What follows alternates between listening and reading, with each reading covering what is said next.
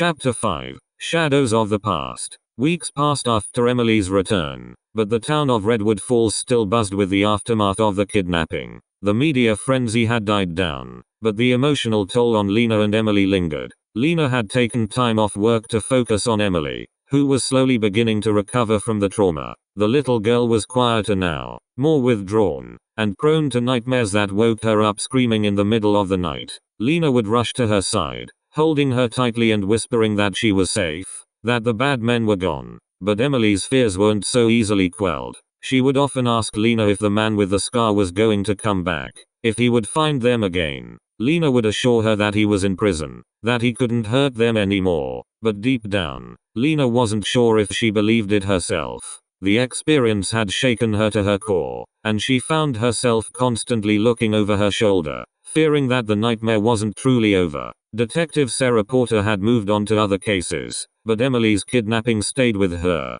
She kept in touch with Lena, offering support and checking in on Emily's progress. But there was something that nagged at Sarah, something she couldn't quite put her finger on. The case had been closed, but it didn't feel truly resolved. One evening, after a particularly grueling day, Sarah sat at her desk, staring at the case file. The details were etched into her memory, but she couldn't shake the feeling that something was missing. She had focused so much on finding Emily that she hadn't fully explored Mark's motive. Yes, he had wanted to hurt Lena, but was that really all there was to it? Sarah decided to dig deeper into Mark's past. She requested his records, looking for anything that might shed light on his actions. As she combed through the documents, a pattern began to emerge, a history of violence, not just towards Lena, but towards others as well. Mark had been involved in several altercations over the years, some of which had been swept under the rug. He had connections to people who were known for their criminal activities, and it became clear that Mark was more dangerous than anyone had realized.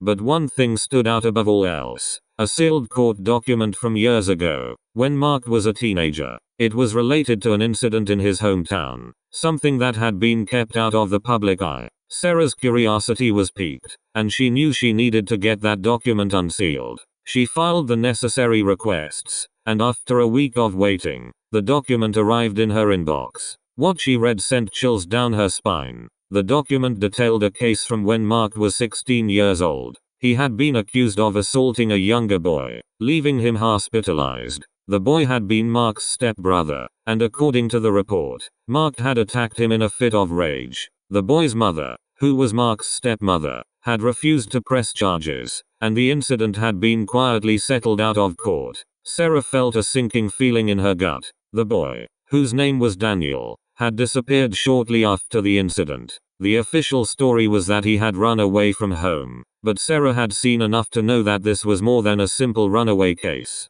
She started digging into Daniel's disappearance, searching for any clues that might have been overlooked. Her search led her to Mark's hometown, a small, rural community much like Redwood Falls. She interviewed old neighbors, former teachers, anyone who might remember the case. Most people were reluctant to talk, their memories clouded by the passage of time, but one elderly woman remembered the case well. She had been a neighbor to Mark's family and had witnessed the tension in the household. There was always something off about that boy, the woman said, her voice trembling. He was angry, always looking for a fight. His father tried to discipline him, but it only made things worse. When Daniel came into the picture, things got even more tense. Mark hated that boy, and it was no secret. I remember hearing the fights, the shouting, and then one day, Daniel was just gone. Sarah's suspicions were growing stronger. She thanked the woman for her time and returned to her hotel, where she continued to piece together the puzzle. She pulled up missing persons reports,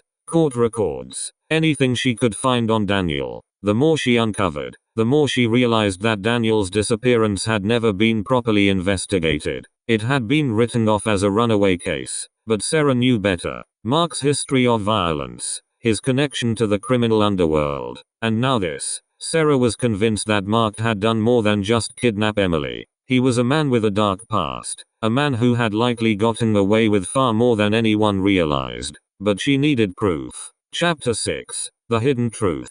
Back in Redwood Falls, Lena was struggling to find a sense of normalcy. Emily had started seeing a therapist, who specialized in trauma recovery, but progress was slow. The therapist, Dr. Miriam Hayes, was a kind woman with a gentle demeanor, and Emily seemed to trust her. During one session, Emily mentioned something that caught Dr. Hayes' attention. "He said I was special," Emily whispered, her eyes wide. "He said that's why he took me." Dr. Hayes asked her to elaborate, but Emily clammed up, shaking her head and refusing to say more. Dr. Hayes made a note of it and decided to bring it up with Lena during their next meeting. When Lena heard what Emily had said, her heart sank. She had thought it was all about revenge, about Mark wanting to hurt her, but this made it sound like there was something more. Lena confided in Sarah, who shared her own findings with Lena. Together, they began to piece together a new theory, one that involved not just revenge, but something far more sinister.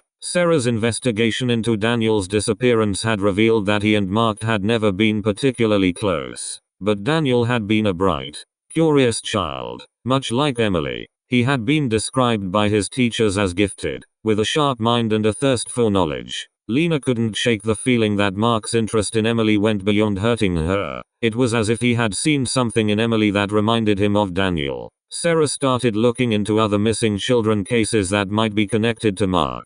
It was a long shot, but she needed to know if there was a pattern. What she found was chilling. There had been a string of unsolved kidnappings over the years, all involving children around Emily's age, all in small towns like Redwood Falls. The cases had never been connected, but Sarah began to see the threads that tied them together. Each child had been described as gifted in some way, whether it was academic, artistic, or something else. They had all disappeared without a trace, and in each case, there had been a lack of evidence, much like in Emily's case. Sarah's mind raced as she connected the dots. Mark hadn't just wanted to hurt Lena, he had targeted Emily because she was special. But why? What was his endgame? Sarah returned to Mark's case file, combing through every detail. Then she found it, a connection she had overlooked before. Mark's father had been a psychiatrist, specializing in child psychology. He had worked at a prestigious institute that focused on studying gifted children. Mark had grown up surrounded by talk of potential and genius,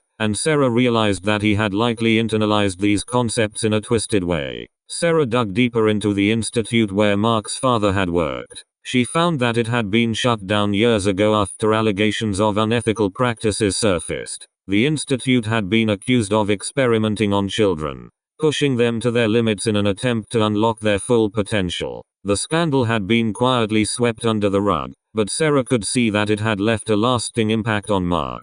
Mark had likely seen himself as a failure in his father's eyes, unable to live up to the standards set by the institute. But when he saw children like Daniel and Emily, bright, gifted children, he had seen an opportunity to prove himself. He had kidnapped Emily not just to hurt Lena, but to continue the twisted work his father had started. Sarah was horrified by what she had uncovered. Mark had been using these children as experiments, trying to force them to reach their full potential through cruel and unethical methods. The other missing children were likely victims of his madness, and Sarah feared that there were more out there who had suffered the same fate. But there was still one thing that didn't add up. Why had Mark kept Emily alive? Why hadn't he subjected her to the same fate as the others? Chapter 7. The Final Confrontation. Determined to get answers, Sarah visited Mark in prison. She had to know the truth, to hear it from his own lips. When she arrived, Mark was brought into the visitation room, shackled and escorted by guards. His appearance had changed since his arrest.